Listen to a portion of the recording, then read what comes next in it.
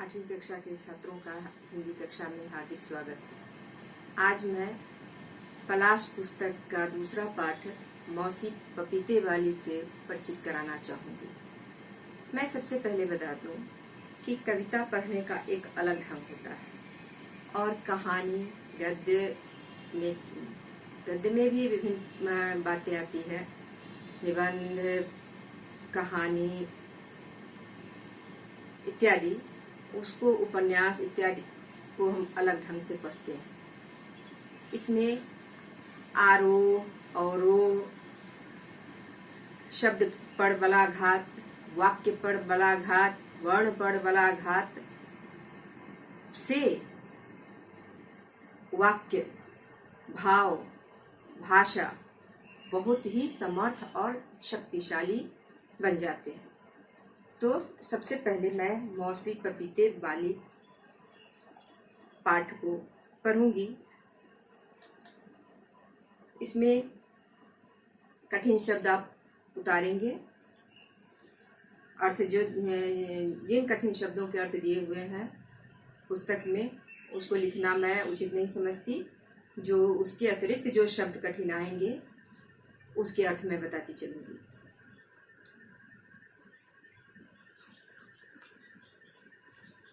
अमृतयान भी खूब है, हर समय यात्रा करता रहता है। देश का कोना कोना छान मारा, विदेशों की भी खूब सैर की। बूढ़ा हो गया पर पैर थकने का नाम ही नहीं लेते। इन यात्राओं में अमृतयान को तरह तरह के अच्छे बुरे अनुभव हुए, पर बस्तर में जो कुछ हुआ था अमृतयान उसे आज तक नहीं भूल सका है। इस पाठ से मैं परिचित करा दूं। जैसा कि मौसी पपीते वाली, पपीता बेचने वाली महिला के लिए मौसी शब्द का संबोधन किया गया है, मौसी विशेषण का प्रयोग किया गया है।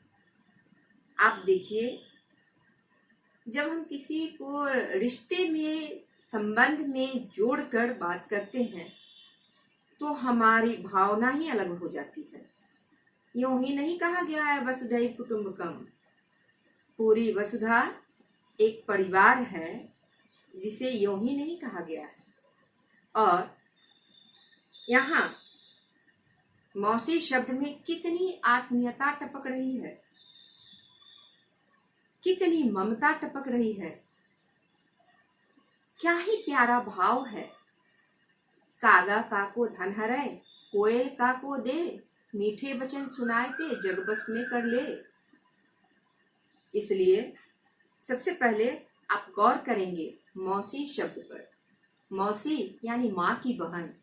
एक फल बेचने वाली आती है, उसके लिए भी मौसी शब्द का प्रयोग कितना आत्मीय भाव का संदेश देता है, आत्मीय भाव को उजागर करता है।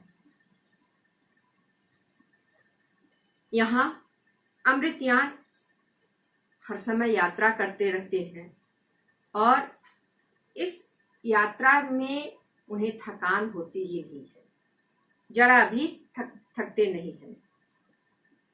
यात्रा के क्रम में हम आगे देखेंगे कि वे अपने एक मित्र के पास जाते हैं। मित्र का नाम है जित्तन, और जित्तन बस्तर नामक जगह में रहता है और वहीं बुलाया है अमृतयान को। अमृतयान लेखन का भी कार्य करते हैं। वे अपने परिवार सहित पत्नी देवयानी और बेटी कविता के साथ बस्तर पहुंच जाते हैं। आगे देखें। आज से 53 साल पहले की बात है। एक दिन अमृतयान के पास उसके एक मित्र का पत्र आया। उसका नाम था जित्तन। वह बस्तर में रहता था। जित्तन ने अमृतयान को बुलाया था। तुम आओगे तो बस्तर के वनों में खो जाओगे। वन सौंदर्य का प्रतीक। इतना सुंदर एकांत तुम्हें कहीं न मिलेगा। और एक लेखक को लेखन कार्य के लिए एकांत से बढ़कर क्या चाहिए। अमृत्यान ने उससे पहले बस्तर नहीं देखा था। वह तुरंत चल दिया। साथ में थी पत्नी देवयानी और बेटी कविता। कुछ समय तक वह जितन के साथ रहा, फिर अलग रहने का इंतजाम हो गया। वह वहां रहकर कुछ लिखना चाहता था। एक छोटा सा खूबसूरत मकान, सामने रंग रंग के फूलों का बगीचा, फूलों पर उड़ती तितलियां, चहचहाती चिड़िया। भला ऐसे परिवेश में किसका मन नहीं मोहित होगा, किसका मन नहीं मुग्ध होगा। बस्तर की सुंदरता देख देख अमृत्यान मुग्ध था। सोचने लगा, क्यों न इस पर कोई किताब ही लिख डालूं। बस फौरन अमृत्यान बस्तर के सीधे साधे प्यारे प्यारे लोगों के जीवन पर एक पुस्तक लिखने में जुट गया।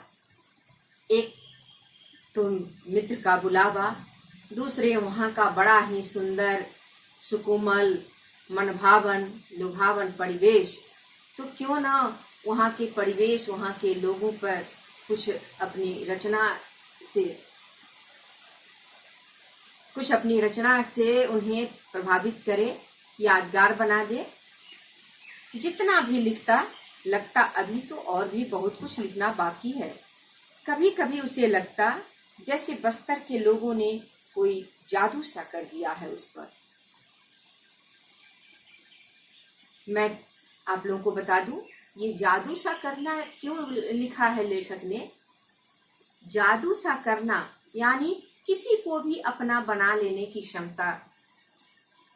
यदि आप निर्मल मन से, यदि आप निस्वार्थ भाव से किसी के साथ व्यवहार करेंगे तो वो अपना हो ही जाएगा, सब अपना जैसा लगेगा। मैंने इससे पहले अभी कहा है, वसुधैव कुटुंबकम, पूरी वसुधा, पूरी पृथ्वी ही एक परिवार के समान है। और यदि हम अपने हृदय की कोमलता, हृदय की भावना, हृदय के उद्गार को सबके साथ समदर्शिता से बांटेंगे, एक समान बांटेंगे, तो क्या हम दरिद्र हो जाएंगे? नहीं होंगे। हमारा भाव क्या कम पड़ जाएगा? नहीं पड़ेगा। हम दरिद्र नहीं होंगे। हम नहीं बांटेंगे तो हम संकुचित होंगे।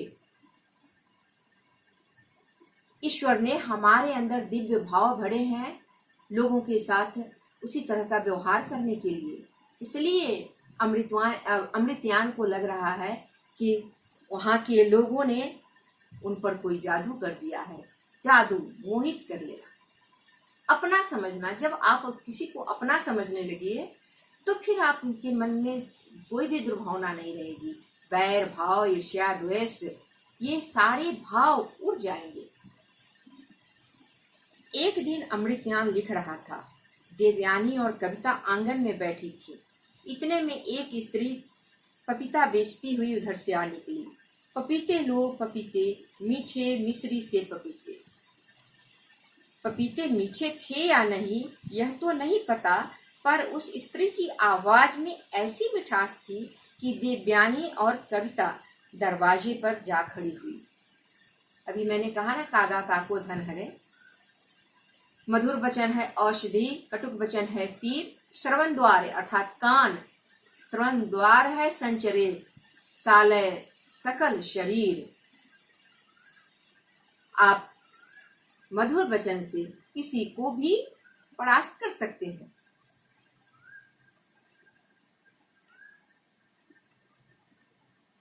पपीते वाली ने कविता को देखा तो बस देखती ही रह गई।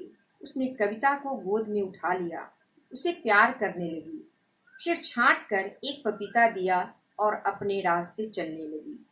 देवयानी पैसों के लिए बुलाती रह गई, लेकिन वह स्त्री ऐसे चली गई जैसे उसने कुछ सुना ही न हो। देवयानी ने अमृत्यान को बताया तो वह भी ताज्जुब करने लगा। अगले दिन फिर आई पपीते वाली। कविता दौड़कर बाहर गई। उसे देखकर वह प्यार से बोली, लेगी पपीता? मैं आपको बता दूं, संसार में सारे हमारे रक्त संबंधी नहीं होते, लेकिन हमारा और उनका संबंध ईश्वर से है। ईश्वर ने उन्हें भी बनाया, हमें भी बनाया। रक्त बनाने वाला का संबंध है। धन्यवाद। अगली कक्षा में